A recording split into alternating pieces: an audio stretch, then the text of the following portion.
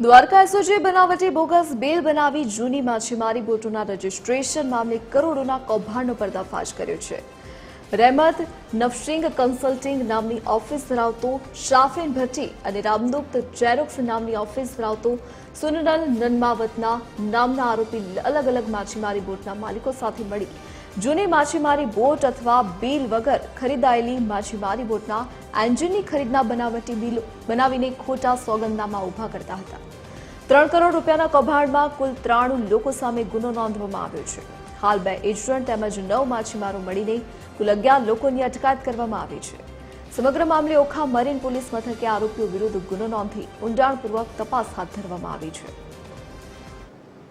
દ્વારકામાં જે રૂપેણ બંદર છે અહીંયા માછીમારો જે છે જૂની બોટ ઉપર ખોટા ડોક્યુમેન્ટ્સ ઊભા કરીને ખોટા ડોક્યુમેન્ટ્સ એવા અમારા ખોટા બિલો ઈ-વે બિલો અગ્રીમેન્ટ એ ઊભા કરીને મત્સ્ય વિભાગથી કોલ અને ફિશિંગ લાયસન્સ મેળવતા હતા। કોલ જે 4 વ્હીલરમાં એક આરસી બુક જેવું એક ડોક્યુમેન્ટ હોય છે એના આધારે એ લોકો જે છે માછીમારીના ધંધા કરતા હતા।